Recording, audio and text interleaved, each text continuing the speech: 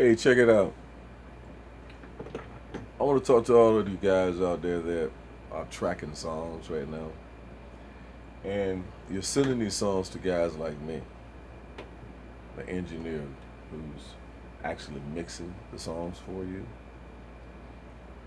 The one thing you'll want to do so it makes me better at what I can do for you. My main concerns right now when it comes to getting tracks from other people is how it's been tracked. I did a lot of tracking. So most of my tracking in my years came from working in television and working in different areas, radio, stuff like that. So I basically in all my areas I was tracking. When I worked on with different people like for sound with Patti LaBelle and Mark Chestnut, Randy Travis, Pantera. When I work for these different people, and there's more people. I just named a few of really national artists. And the one thing about in working with audio and learning from these guys and getting to the point where I started tracking for myself. I tracked all these years, and the one thing I had to do well was made sure that when I recorded it, which tracking is, that everything on each track was clear. It was clean as I could possibly get it. Um, if the person wanted separate drums, I had to make sure the drums were mic'd right. Now, in the situation in the studio, when you're micing drums, you're going to get some bleed over. We understand that. But the point of that instrument being highlighted and on that separate track and recorded well, that's one thing I did well. But I had to learn. Believe me, you know, I had got my lunch from doing things wrong, and but on the most part now that I'm mixing more, and been mixing more in probably the past really 2 years, mixing more, and really focusing on mixing and recording and just simply mixing, not mastering, mixing. Those are two different things. But even in my mixing, I want to get it as close as I can to the way that song is going to sound. So when it goes to the master, he can either add something to fix it, but if he doesn't not need to fix anything, leave it alone and send it back, because it's already as good as he can get it. If he can get it better, please do. This song here is called Day One. Hey baby, I'd like you to be my day one. Now, when you listen to those vocals right there, you see where uh, the vocals are solid. Greg C does a great job recording. He's a vocalist, so his job is a lot easy. The thing is, I try to get with him, and I'm like, Coach. Coach. I call him Coach because we coach football together. I'm like, Coach. I got to have those separate tracks. I got to have the tracks separate. So I went through this song, and the first thing I did was I made sure that Hey baby, I'd like you to be my day one. so I did this last night. I started working on these tracks. Ooh girl, just you and me, we're always having fun. So I wanted to make sure that those vocals were clean. The vocals on this track, he told me last night. He said, yo, Coach, on this song, these vocals are really telling the story. So I get an idea from the artist exactly what they want to hear. I get a real clear picture of what they want to hear, how they want to hear it, and because my job is not to screw it up. My job is to enhance what they did. And if I got some little salt and pepper to add here and there, I put a little salt and pepper on there to, I put my taste on it. And like Dave Pensado said, about Jason and guys like that people come to us for our taste as engineers. They come to us for our taste. They like what we do in those final mixes. You know, so he trusted me with my taste, and there were some things I was allowed to do, and there were some things that I did that he didn't like. But that's all a part of being an engineer. But I'm gonna give it everything I can to make it strong. So I went through these vocals last night. You're not gonna be able to see it well, but you can see the screen here. Everything that's in blue are my vocals. Okay, so in that blue where the vocals are, this time I'm just gonna solo the background track.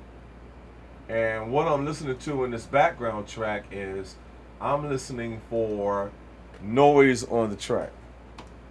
Hey baby, I'd like you to be my day one. Okay, so that time I heard a little bit of something there, and it was Hey baby, I'd like you to be my day one. so I heard a little breath in there that I wanted to take out.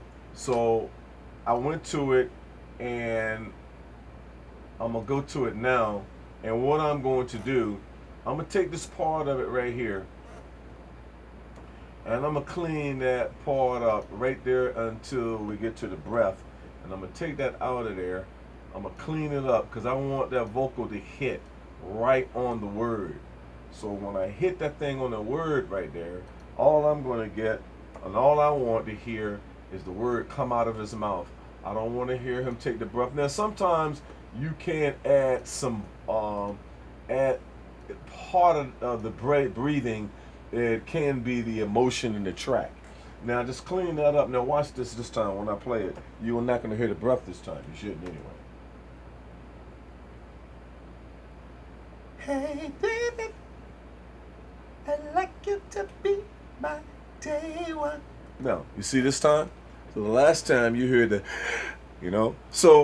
So basically, what my job is, I'm going in and I'm cleaning up my tracks, and depending on what the song is, determines on how much of the breathing I left in there. If it's an emotional song and it's singing about love, I may want that emotion, that part in there when he goes, "Hey baby," or "I love you," because that's a part of that emotion. But a lot of times on a song like this, it's a little dance song. It's kind of a dance. It's got really up tempo. A lot of times I'm going to personally, I'm going to take that breathing out of there. But the one thing about it is that he gave me the vocals as clean as he could get it. It's very, very important when you're tracking, guys, and you're sending stuff to your tech. When you send it to that engineer, separate what he says he needs separated. Take the time. If you don't know how to separate it, find how to separate it.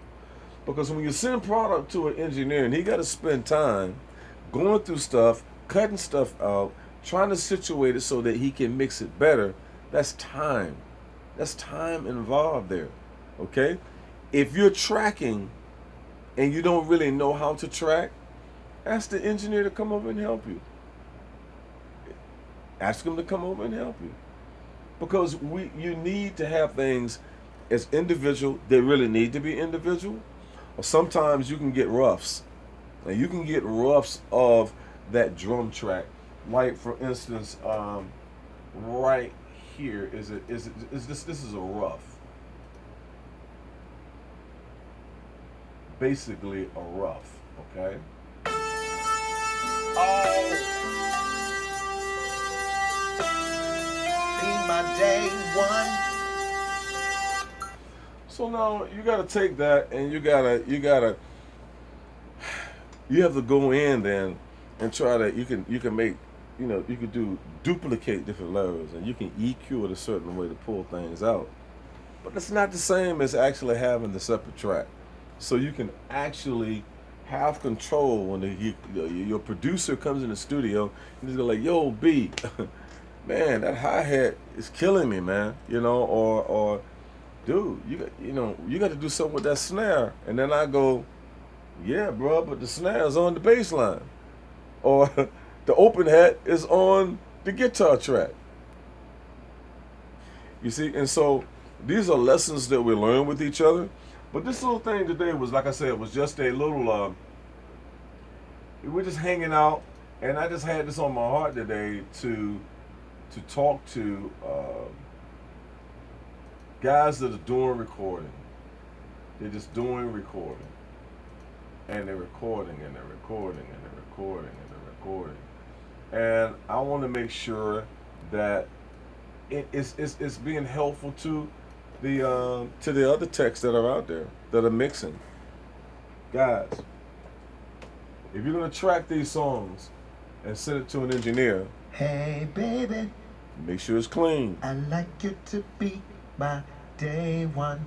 It's very important to do that, guys. Hey, I'm B. They call me Coach. They call me Barry. Call me anything you want. Just call me on time to pick my paycheck up, right? This is B48, man. You guys have a nice day. Later.